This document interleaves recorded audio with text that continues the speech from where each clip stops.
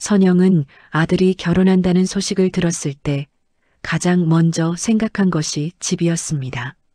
신혼집 문제로 고민하는 준호를 보는 것이 힘들었기 때문입니다. 명절 때마다 찾아오는 아들의 얼굴에는 항상 무언가가 걸려 있었습니다. 전세 계약이 풀린다고, 전월세 가격이 올랐다고, 그런 말들이 거듭되면서요. 선영은 하루가 지날 때마다 아들의 얼굴이 점점 더 무거워지는 것을 느꼈습니다. 그리고 그것을 보는 것만큼 힘든 일은 없었습니다. 선영의 인생 철학은 단순했습니다. 가정이 편안해야 사람도 편안하다는 것이었습니다. 그것은 그녀가 50년을 살아오면서 스스로 터득한 진리였습니다. 아버지가 병으로 누워있던 어린 시절, 엄마가 정신없이 돌봐야 했던 그 집에서 선영은 배웠습니다. 집안의 작은 한숨 하나가 가족 모두에게 어떻게 번져나가는지, 그래서 자신이 어른이 되었을 때는 다르게 살기로 마음먹었습니다. 준호가 태어났을 때부터 선영은 집을 편한 곳으로 만들기 위해 노력했습니다.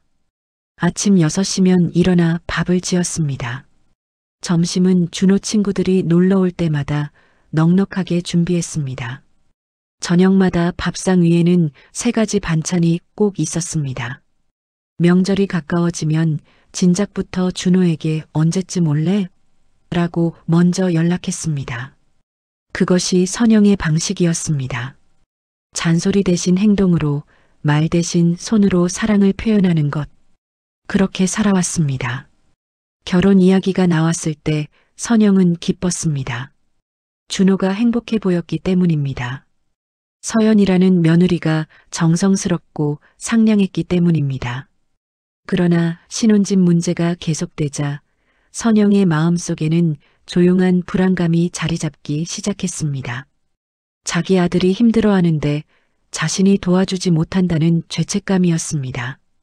밤중에 깨어 천장을 바라보면서 혹시 더 해줄 수 있는 것이 없을까 생각했습니다. 그럴 때마다 가슴이 철렁했습니다. 엄마, 우리 괜찮아요. 괜찮습니다. 준호는 그렇게 말했습니다.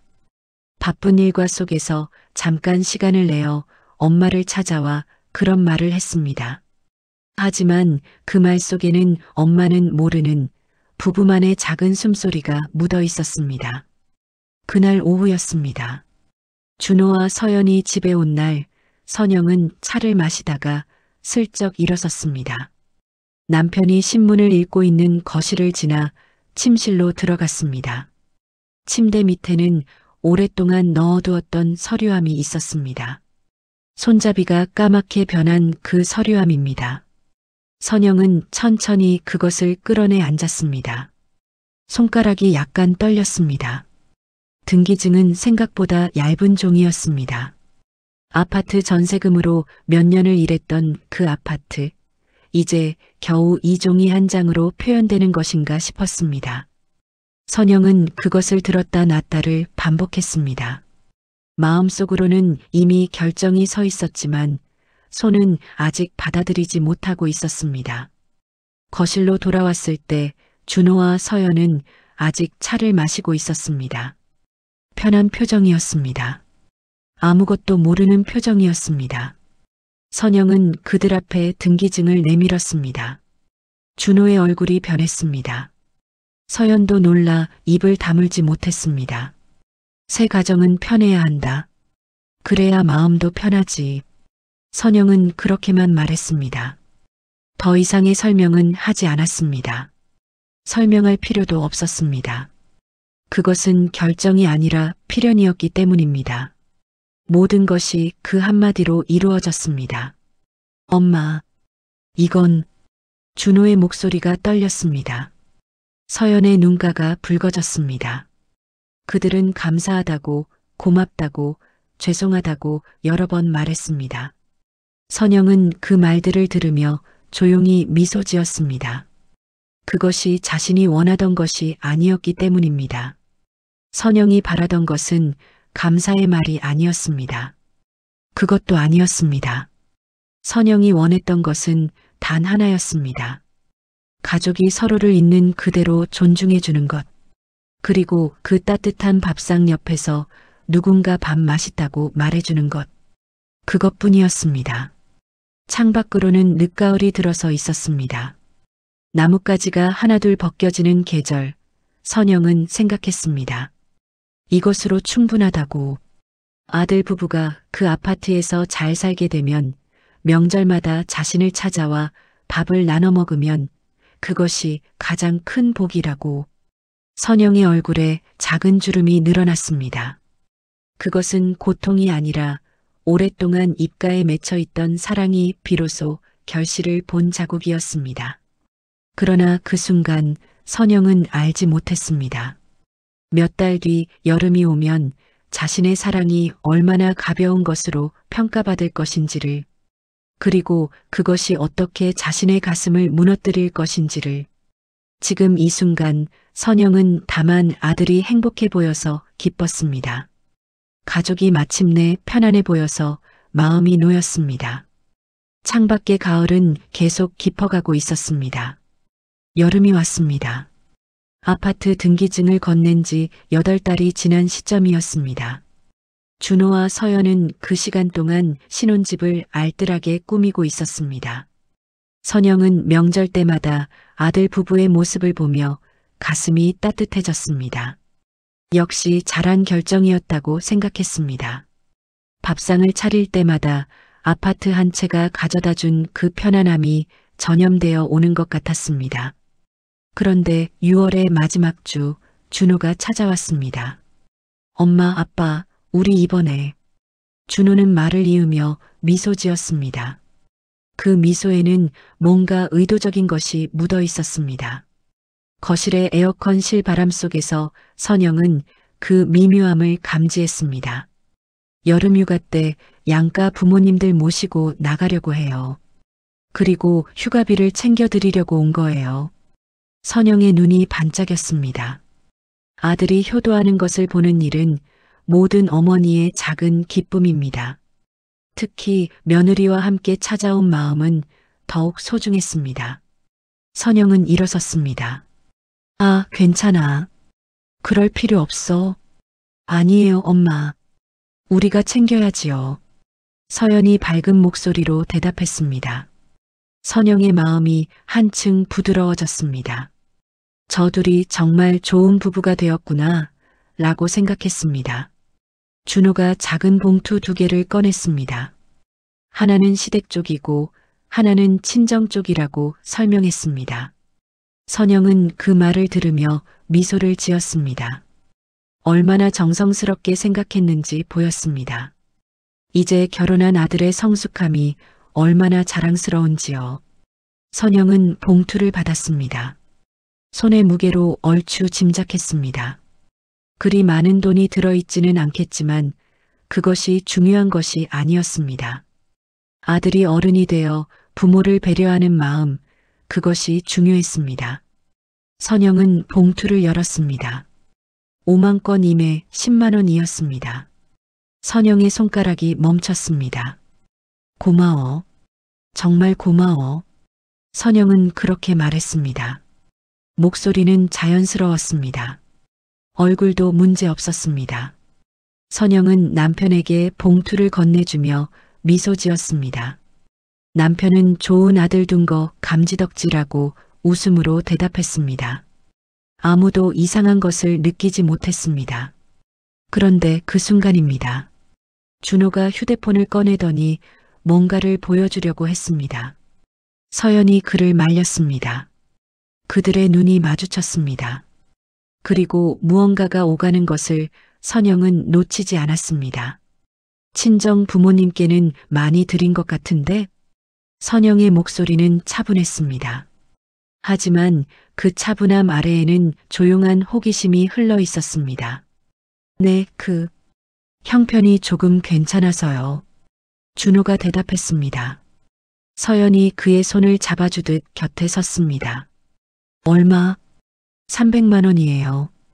그리고 선영이 물었습니다. 이제 목소리에는 아무것도 실려 있지 않았습니다. 단순한 물음표였습니다. 해외여행권도 샀어요. 제주도 패키지 대신 해외여행을. 거실이 조용해졌습니다. 에어컨 음만 맴도는 가운데 선영은 봉투를 다시 들었습니다. 10만 원. 손가락 사이로 보이는 그 지폐의 색깔이 어쩐지 너무 밝았습니다. 선영은 알고 있었습니다. 준호가 왜 이 말을 꺼냈는지, 혹시 자신이 상처받을까봐 미리 설명하려던 것이었습니다. 그것이 더 가슴을 팍 누르는 일이었습니다. 그래, 좋겠네. 엄마는 괜찮아. 선영은 그렇게 말했습니다. 그리고 그것이 거짓이 아니라는 것을 자신도 알고 있었습니다. 돈의 액수 자체는 상처가 아니었습니다. 자신이 여행 대신 돈을 받는 것도 괜찮았습니다. 그런데 왜 그 차이가 이렇게 명확해야 하는 것일까요?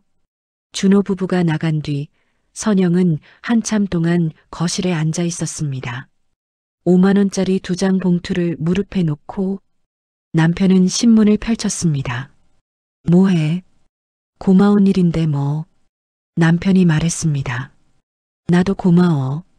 우리 아들이 이렇게 컸다니까. 선영이 대답했습니다. 그리고 그것도 거짓이 아니었습니다. 하지만 이틀 뒤 선영은 이웃 김 여사로부터 소식을 듣게 됩니다. 어제 준호 아내 엄마 봤어. 해외여행 가는 것 같던데? 남편이랑 딸이랑. 대단하네, 요즘 세상에. 나이 많이 먹고도 저렇게 가나? 선영의 손이 멈췄습니다. 비닐봉지를 들었던 손이 그대로 굳었습니다. 해외여행. 그것이 현실이 되었을 때 선영의 가슴 안에서 무언가가 서서히 무너지기 시작했습니다. 그날 밤 선영은 잠을 설쳤습니다. 천장을 바라보면서 생각했습니다. 자신이 준 그 아파트 안에서 자신과 친정 부모를 어떻게 다르게 생각하게 된 걸까? 그게 정말로 돈의 액수일까? 아니면 자신의 자리의 크기일까? 선영은 알고 있었습니다. 준호가 나쁜 아들이 아니라는 것을, 서연이 나쁜 며느리가 아니라는 것도요. 그들은 단지 자신들의 기준으로 우선순위를 정한 것일 뿐이었습니다. 그리고 그 기준에서 선영은 이미 결정되어 있었습니다. 아래쪽이 아니라 그저 다른 쪽이었을 뿐. 새벽 4시 선영은 부엌으로 내려갔습니다. 밥을 지어야 할 시간은 아직 멀었지만 선영은 앉아 있을 수가 없었습니다. 손을 놀려야 했습니다. 해야 할 일이 있었습니다. 선영은 서류함을 꺼내기로 결심했습니다. 이번에는 다른 용도로. 새벽 5시가 되었을 때 선영은 아직도 서류를 정리하고 있었습니다. 아파트 등기증, 계약금 영수증, 그리고 지난해 세금 고지서까지. 선영의 손은 자동으로 움직였습니다. 마치 누군가 다른 사람이 그 손을 움직이고 있는 것처럼요. 남편은 여전히 침대에서 자고 있었습니다. 선영은 그것이 다행이라고 생각했습니다. 남편에게 이 모습을 보이고 싶지 않았습니다. 그런데 무엇을 하려는 걸까요? 선영은 자신에게 물었습니다.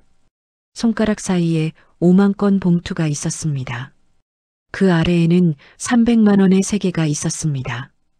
그리고 그 차이를 더 이상 견딜 수 없는 자신이 있었습니다. 변호사를 만나야 할 것 같았습니다. 아파트를 되돌리려면 그래야 할 것 같았습니다. 그런 생각이 머리를 계속 맴돌았습니다. 하지만 손은 멈추지 않았습니다. 자꾸만 과거의 문서들을 꺼내 펼쳐보았습니다.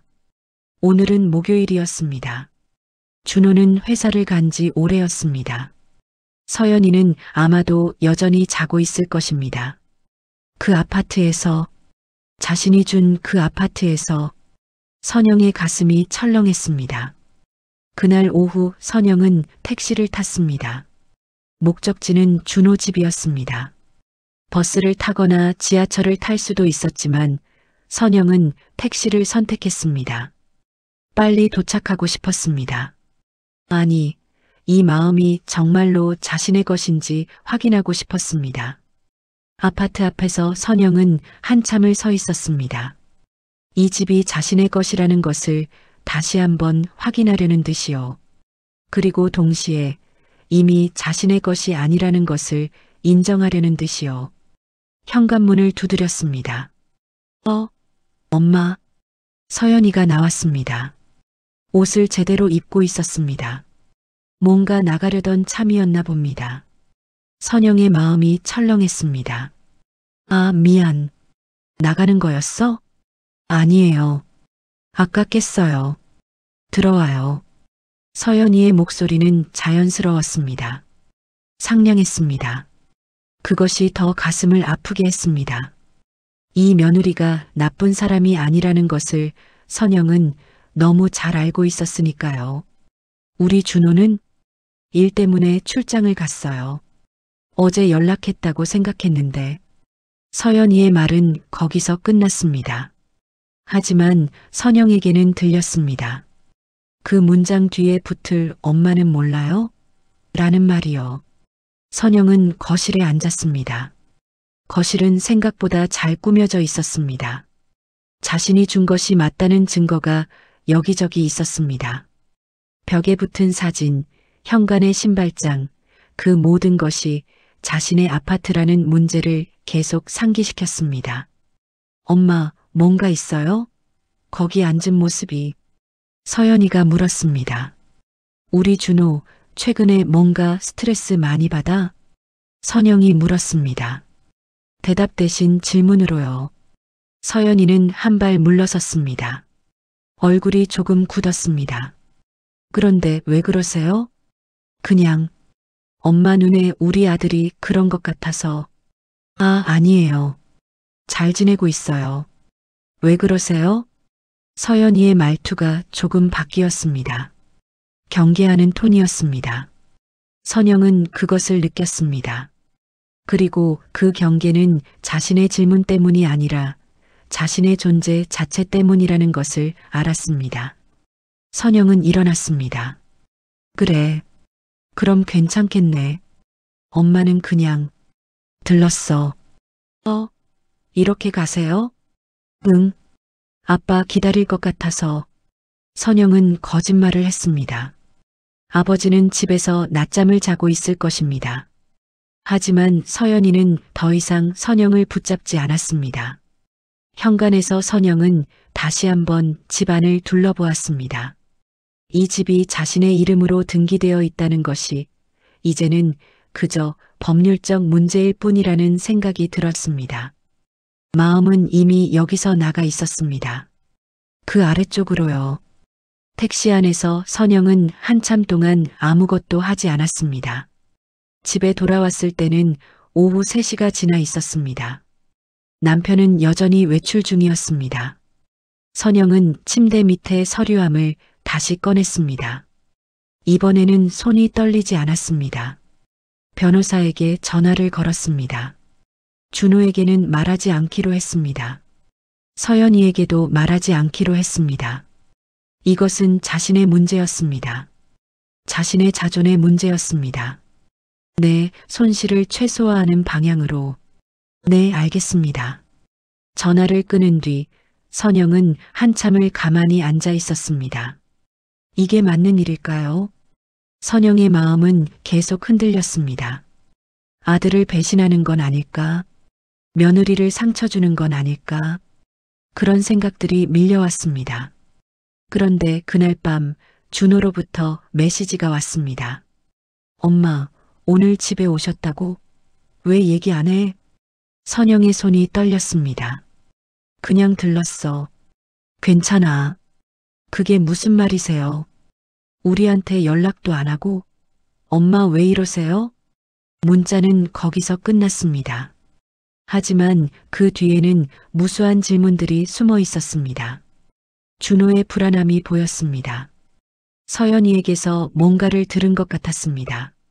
선영은 문자를 다시 읽었습니다. 우리한테 연락도 안 하고? 그 말 속에는 뭐가 있을까요? 죄책감? 불안감? 아니면 단순한 불편함? 선영은 휴대폰을 놓았습니다. 밤 11시가 될 때까지 선영은 침대에 누워 천장을 바라보고 있었습니다. 남편은 이미 깊은 잠에 빠져 있었습니다. 선영의 마음속에서는 지금도 뭔가가 계속 흔들리고 있었습니다. 이 결심이 맞는 건지 아니면 자신이 너무 상처받은 건지 그것을 확인할 방법이 없었습니다. 하지만 한 가지는 확실했습니다. 5만 원과 300만 원 사이의 그 거리를 선영은 더 이상 견딜 수 없다는 것. 그리고 그 거리가 돈의 문제가 아니라 자신의 자리의 문제라는 것. 자신이 얼마나 중요한 사람인지를 측정하는 문제라는 것. 선영은 일어나 앉았습니다. 창밖으로는 도시의 야경이 보였습니다. 그 수많은 불빛 중에 하나가 자신의 아파트에서 나오는 불인가 싶었습니다. 나는 가족을 버리는 게 아니다. 선영이 중얼거렸습니다. 나는 나를 지키는 것이다. 그 말이 맞는지 틀린지는 아직 모르겠지만 지금 이 순간 선영에게는 그것이 유일한 확신이었습니다. 내일은 변호사와의 상담 날입니다. 준호에게는 며칠 뒤에 말해야 할 것 같습니다. 아직 구체적인 계획은 없습니다. 하지만 선영의 발걸음은 이미 움직여 시작했습니다. 돌아갈 수 없는 길로. 변호사와의 상담은 생각보다 길었습니다. 등기를 다시 옮기려면 아드님의 동의가 필요합니다. 강제로는 불가능하고요. 다만 현재의 소유권 구조를 명확히 하는 것이 먼저 필요할 것 같습니다. 선영은 변호사의 말을 들었습니다. 그리고 깨달았습니다. 법적인 절차만으로는 이 문제가 해결되지 않는다는 것을요.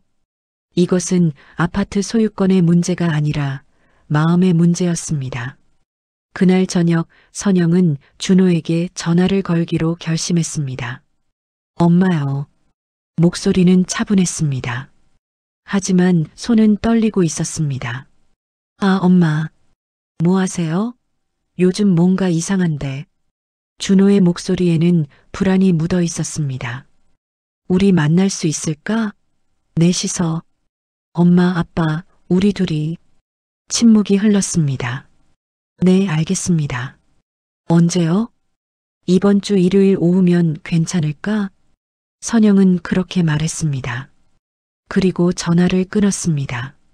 손가락이 여전히 떨렸습니다. 하지만 이번 떨림은 분노가 아니었습니다. 두려움이었습니다. 자신의 말이 과연 전달될 수 있을까?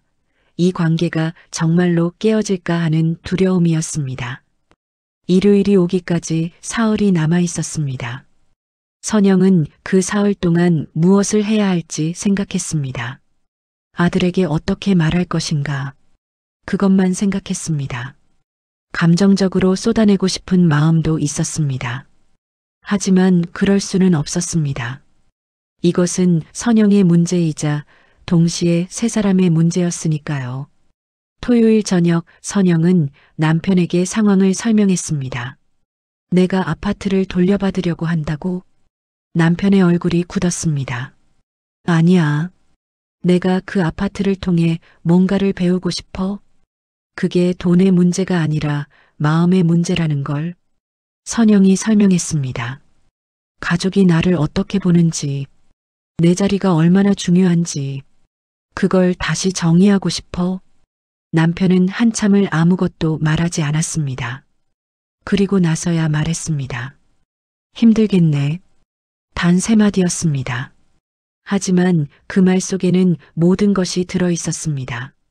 자신의 아내를 이해하려는 노력이, 공감이, 그리고 함께하려는 의지가요. 일요일 오후 네 사람은 거실에 앉았습니다. 준호와 서연이는 긴장해 있었습니다. 선영은 그들의 표정을 보았습니다. 이미 뭔가를 알고 있는 것 같았습니다. 소문이 나 있는 것일 수도 있었습니다. 우리 준호, 엄마가 너랑 얘기하고 싶은 게 있어. 선영이 먼저 입을 열었습니다. 네, 엄마. 아파트 때문이야.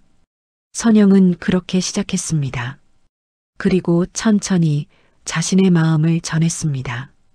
5만 원과 300만 원의 이야기를 했습니다. 돈이 문제가 아니라는 것을 말했습니다.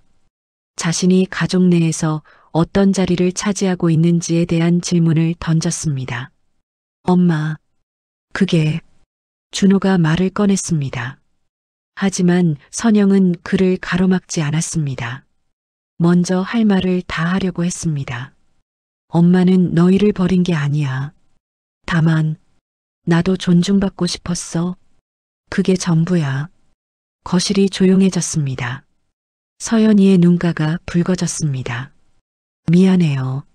엄마, 우리가 몰랐어요. 서연이가 먼저 말했습니다. 미안한 게 아니라 이제부터 다시 생각해주면 좋겠어. 내가 어떤 엄마이고 어떤 시어머니인지를.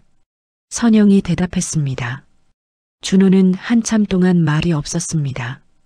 그리고 나서 천천히 말했습니다. 엄마, 우리가 정말 미안합니다. 고쳐올게요. 아파트는 그냥 엄마 이름으로 둬요. 우리가 거기서 나갈게요. 선영의 가슴이 철렁했습니다. 아니야. 거기서 나갈 필요 없어. 엄마는 아파트를 돌려받으려는 게 아니라. 선영의 목소리가 흔들렸습니다. 우리 가족이 다시 돌아왔으면 좋겠어. 진심으로. 그 말이 나왔을 때 준호의 눈에서 눈물이 났습니다. 미안해요. 엄마, 정말 미안해요. 준호가 말했습니다. 우리가 엄마를 너무 당연하게 생각했어. 당신의 헌신을 당연하게 받아들였어. 우리가 나쁜 아들이네요. 아니야. 우리 준호는 나쁜 아들이 아니야. 다만 우리가 한번 대화를 나눠야 할 때가 된 거야. 그게 전부야. 선영은 그렇게 말하고 준호의 손을 잡았습니다. 그날 저녁 네 사람은 함께 저녁을 먹었습니다. 준호가 사다 온 회전초밥이었습니다. 서연이가 챙겨온 손수 만든 반찬들이 있었습니다. 그리고 선영은 밥을 했습니다. 자신의 손으로 자신의 시간을 들여서요. 엄마, 이 밥 정말 맛있어요. 우리 집에서 먹는 밥과는 다르네요. 서연이가 말했습니다. 그럼 자주 와. 엄마가 해줄게. 한 주에 한 번만이라도. 선영이 대답했습니다. 정말요? 응. 우리 가족이니까. 그 말은 단순한 문장이었습니다. 하지만 거기에는 모든 것이 담겨 있었습니다. 용서가, 기대가, 그리고 새로운 약속이요. 밤이 깊어갈 때까지 네 사람은 거실에 앉아 있었습니다. 텔레비전을 켜지도 않았습니다. 그저 이야기를 나누고 웃고 때로는 침묵 속에서 서로를 느꼈습니다. 준호와 서연이가 나갈 때 선영은 그들을 배웅했습니다. 문 밖에서 손을 흔들며요. 엄마, 우리 다음 주 일요일에도 와도 돼요? 준호가 물었습니다. 당연하지. 우리 약속이잖아. 선영이 대답했습니다. 그 밤 선영은 처음으로 편한 마음으로 잠을 들었습니다. 가슴속에 그 묵직한 것이 사라지지는 않았지만 적어도 그것이 언제 터질지 모르는 불안감은 사라져 있었습니다. 대신에 남은 것은 작지만 단단한 무언가였습니다. 다음 주 일요일 선영은 준호를 위해 미역국을 끓이기로 결심했습니다. 그리고 그 다음 주에는 갈비탕을 할 것입니다. 그 다음 주에는 또 다른 음식을 준비할 것입니다. 선영은 알고 있었습니다.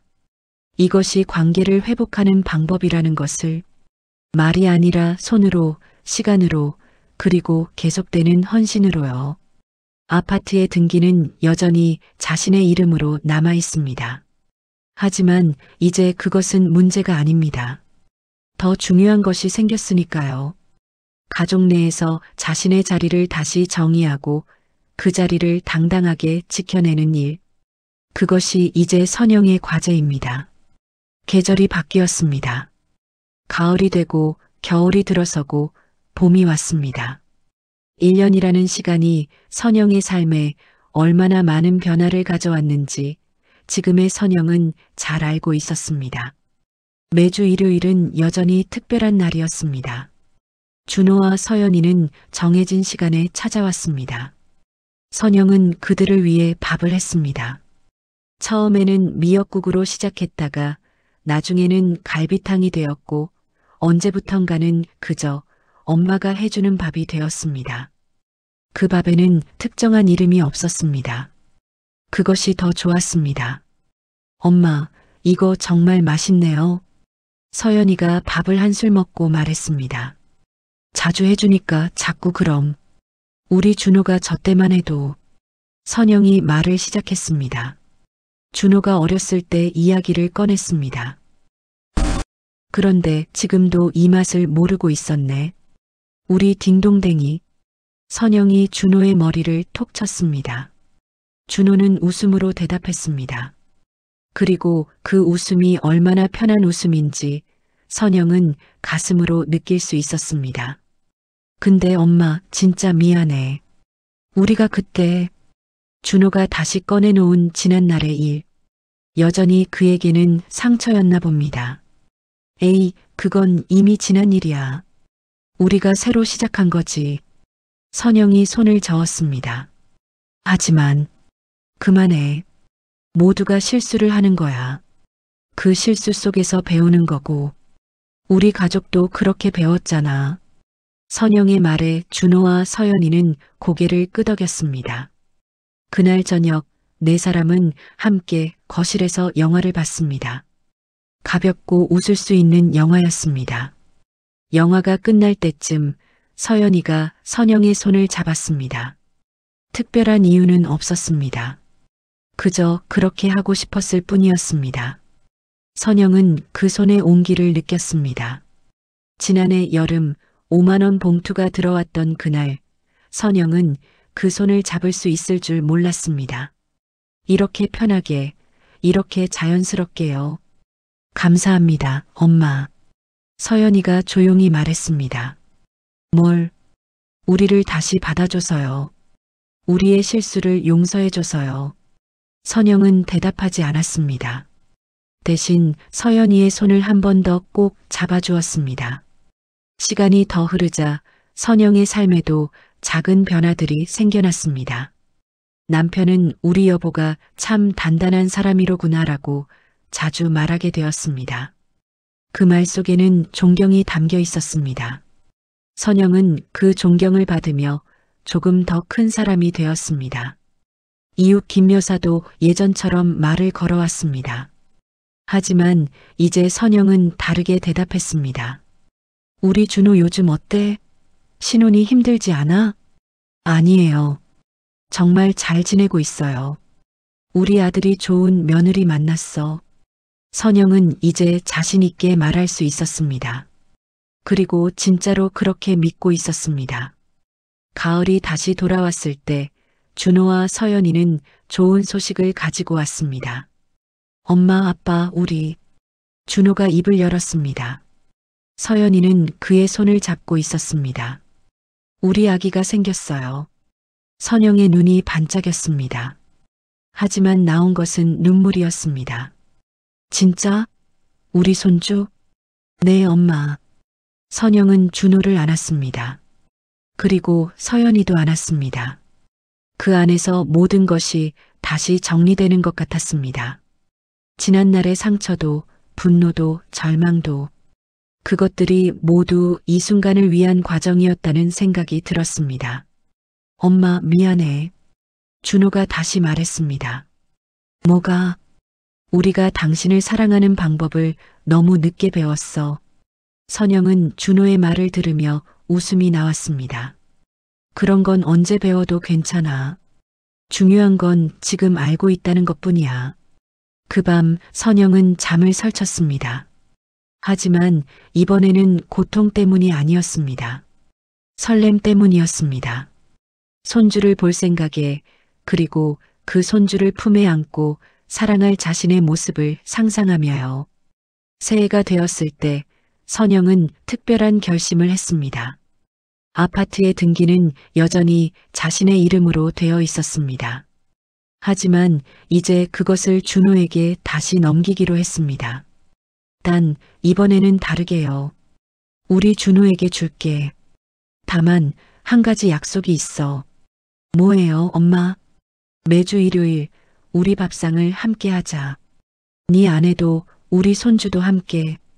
그게 엄마 조건이야. 준호의 눈에 눈물이 맺혔습니다. 알겠습니다, 엄마. 그리고 한 가지 더. 뭐요? 우리 손주가 나한테 할머니라고 부르면 그때부터 진짜로 완전히 널 믿기로 할 거야. 준호가 웃음을 터뜨렸습니다. 그건 곧 될 거예요, 엄마.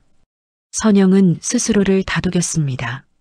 나는 가족을 버린 것이 아니라 나를 지킨 것이다. 그리고 그것이 역설적이게도 가족을 더욱 단단하게 만드는 일이었다는 것을요. 관계는 일방적 희생으로는 오래 지속될 수 없습니다.